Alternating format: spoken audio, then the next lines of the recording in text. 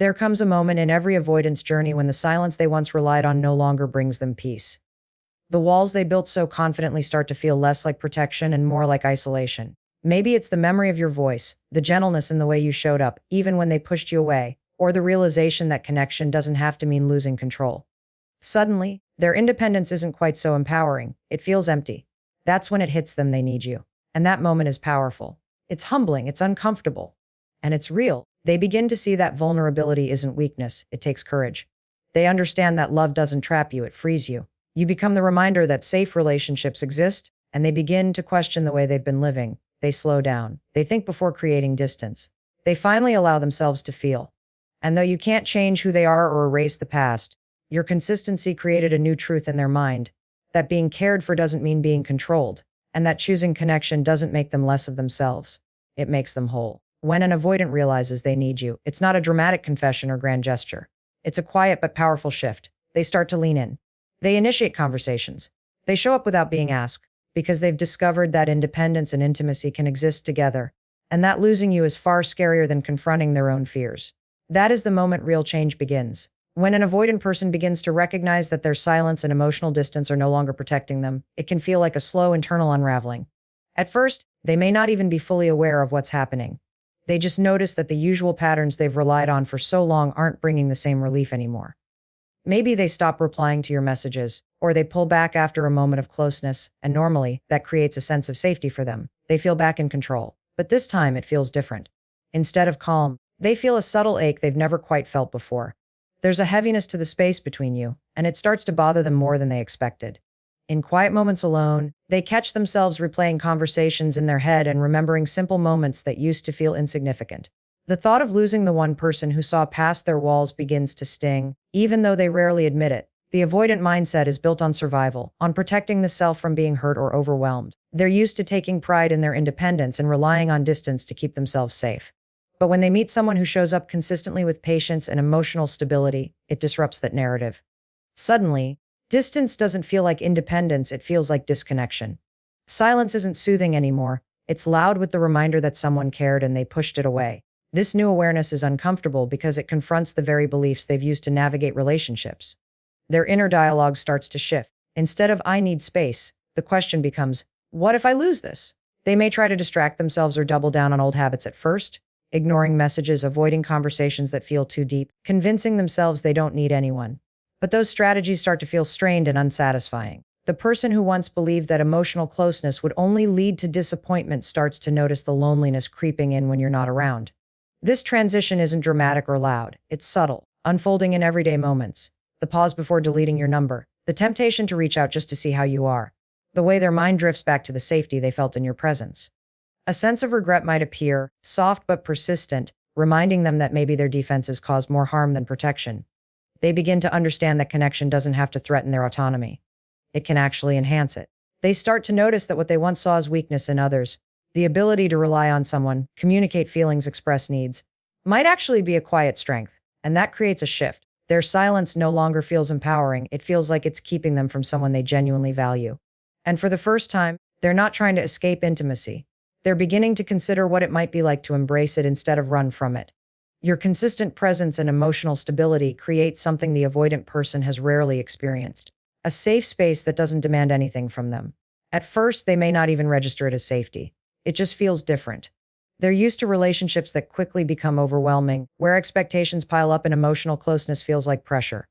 But you didn't push, you didn't force them to open up or rush them into vulnerability. You simply showed up calmly, consistently, and without drama. That steadiness begins to challenge the avoidant's long-held belief that closeness is dangerous. Instead of bracing themselves for disappointment, they notice that being around you brings an unexpected feeling of ease. Your reactions aren't explosive. You don't guilt them when they need time. You don't invalidate their boundaries. Over time, this kind of behavior begins to rewire how they interpret connection. Every past experience of emotional closeness may have triggered alarm bells in their mind. This is where I lose myself. This is where I get hurt. This won't last. But with you, the alarm bells are quieter because your presence is steady and grounded. When they step back to catch their breath, you don't punish them by withdrawing or criticizing. And that slowly builds trust. The way you communicate creates a new type of emotional blueprint in their mind. Small things that might seem insignificant to others, like responding to a message respectfully, listening without judgment, or respecting their boundaries begin to feel meaningful. They notice it. They start to realize that maybe intimacy isn't the enemy. Maybe it's the delivery of that intimacy that can make all the difference.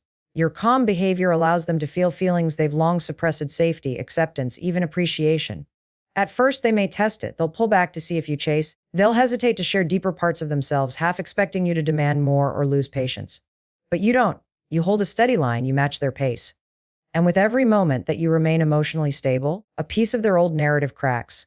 The belief that closeness always leads to pain starts to soften. They begin to notice how much energy they've spent trying to avoid emotional exhaustion, when the truth is, you aren't exhausting. You are grounding. That difference is subtle but vital. Their nervous system starts to calm in your presence. Their guard lowers little by little, not because you forced it down, but because they genuinely feel safer with you than without you. This is the turning point where an avoidant finally begins to reframe what closeness means. They recognize that real safety doesn't come from pushing others away. It comes from being with someone who honors your boundaries and respects your emotional pace. Suddenly, the way they've been approaching relationships begins to look less like self-protection and more like self-isolation. And your consistency becomes more than just a behavior. It becomes proof that connection can be secure, respectful, and actually liberating. The realization for an avoidant does not arrive like a lightning strike or a sudden epiphany. It unfolds gradually and almost silently. It starts with small internal questions that creep in during normal, everyday moments. They might be driving, washing dishes, or lying awake at night, and suddenly wonder why it feels so uncomfortable to let someone genuinely care. For years, they told themselves that vulnerability was unsafe, that emotions were things to keep tucked away. They believed being open would lead to disappointment or the loss of control. But because of your consistent and calm presence, they begin to experience emotional closeness in a different way. And that experience chips away at their old belief system bit by bit. Instead of seeing vulnerability as something that drains them, they allow themselves to consider that it might be something that actually connects them. That shift doesn't come from a single conversation or a dramatic incident. It accumulates in the little experiences you've repeatedly provided. The way you listen without interrupting, how you respond thoughtfully instead of reacting impulsively, how you never shame them for being distant or overwhelmed. Gradually, this builds a new emotional evidence bank in their mind. Each moment of stability contradicts the narrative they've believed for so long. That closeness equals danger. They begin to notice that every time they let down their guard a little, nothing bad happens. In fact, it often feels surprisingly good, lighter, easier, more human. During this stage, the avoidant might feel internally conflicted. Part of them still wants to retreat because that's the old conditioned pattern. Create space, avoid discomfort, stay in control. But another part of them starts to wonder what would happen if they remained present instead. That internal tug of war is subtle but significant. The fear of vulnerability still exists, but now it's competing with a new, unfamiliar feeling: curiosity. They become curious about what intimacy might feel like if it isn't forced or demanded. They wonder what it would be like to actually lean in instead of pull away. This curiosity is a powerful sign of growth because it signals that the old fear-based narrative no longer has full control over them. They may still move slowly, sometimes even taking one step forward and two steps back. They'll likely second-guess themselves and question whether letting their guard down will backfire. But the difference now is that they no longer dismiss vulnerability outright. They see that it could be something positive. They start to emotionally experiment in small doses. Maybe they reach out first for a change, share a personal thought, or allow a deeper conversation to unfold. These may look like minor actions from the outside, but internally they represent a huge shift. They're testing the idea that vulnerability isn't a threat but an opportunity, a bridge rather than a barrier. And as this awareness grows, their relationship with intimacy quietly transforms from resistance to cautious acceptance, setting the stage for even deeper connection. Once the avoidant individual starts understanding that opening up doesn't mean losing themselves, a noticeable shift begins to happen in how they show up. It isn't loud or dramatic. It's almost subtle, but it's undeniably different. They begin initiating conversation instead of waiting for you to reach out first. They don't suddenly become overly expressive, but they start making the effort to stay present in interactions that they used to shut down or avoid. It may be a steady text in the morning or a simple, "How was your day?" that comes without prompting. These might seem like small gestures on the surface, but for someone who's spent so much time distancing themselves as a form of protection, it is a courageous step. Where they once viewed engagement as something that could drain their emotional energy, now they begin to view it as something that adds value to their day. Another change that starts to emerge is the way they respond to conflict or emotional intensity. Previously, any sign of tension made them feel threatened and triggered their instinct to flee or disengage. Conversations would get cut short. Emotions would be brushed off.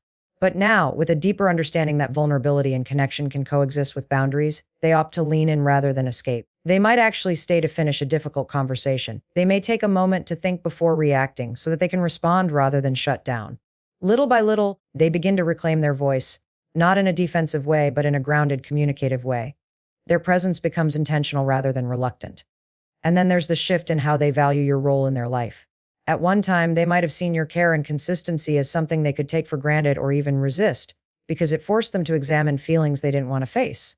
But now, they begin to see it as something rare. They recognize your patience and understand its worth. A sense of appreciation forms, not just intellectually but emotionally. They might express gratitude more openly, or they might show it through actions, showing up for you when you need support, remembering things that matter to you, making small efforts to make you feel seen and heard. The emotional door that was once firmly closed is now cracked open, and they begin to nurture the connection instead of simply accepting it as a given. This transformation is rooted in the realization that connection doesn't erase who they are. It enhances the parts of them that were always there but had been hidden behind walls. They don't disappear in the relationship, they grow within it. The person who formerly resisted closeness starts to see intimacy as a shared space where both people can exist fully, without the fear of being swallowed up. And with this realization, their actions become aligned with their newfound understanding. Connection stops feeling like a threat and starts feeling like a conscious choice. One they make not out of obligation, but because they genuinely want to keep you close. The turning point for an avoidant person often comes when the fear of losing you finally becomes stronger than their fear of intimacy. For so long, their instinct has been to protect themselves at all costs, to keep a safe distance so they couldn't be hurt or overwhelmed. They told themselves that needing someone was risky and that attachment always carried the possibility of disappointment. But as the relationship grows and your presence becomes a steady, grounding force in their life, they begin to feel something deeper than just comfort. They feel connection. And as unfamiliar as that connection might be, it becomes something they don't want to lose. There comes a moment when they realize that continuing to run from closeness could cost them something irreplaceable. That realization can be startling, even unsettling, because it requires them to confront the very fear they've spent so much time avoiding. In the beginning, they might not even understand what's happening. They just notice that the thought of you not being there creates a knot in their chest.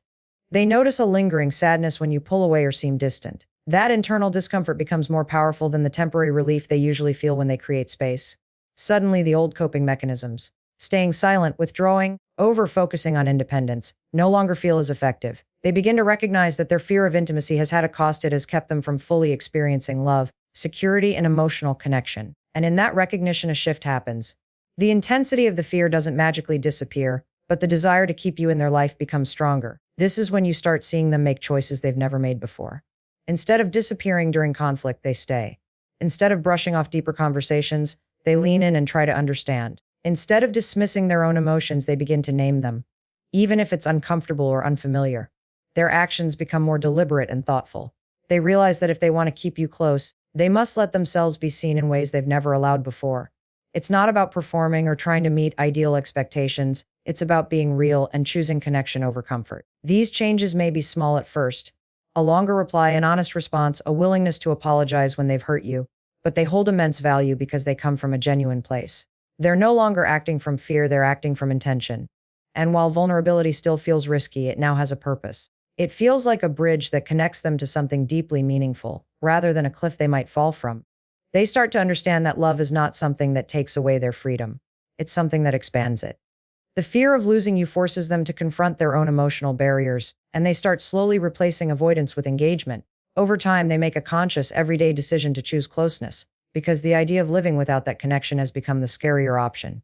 In closing, remember that when an avoidant finally realizes they need you, it isn't because you convinced them or chased them. It's because your patience, steadiness, and authenticity created a space where they could finally see that connection is not a threat but a gift. It's a quiet transformation built on trust and consistency, and your willingness to show up became the turning point in their growth. Thank you for listening to this message and for being the kind of person who chooses compassion even when it's not easy. Your presence truly makes a difference.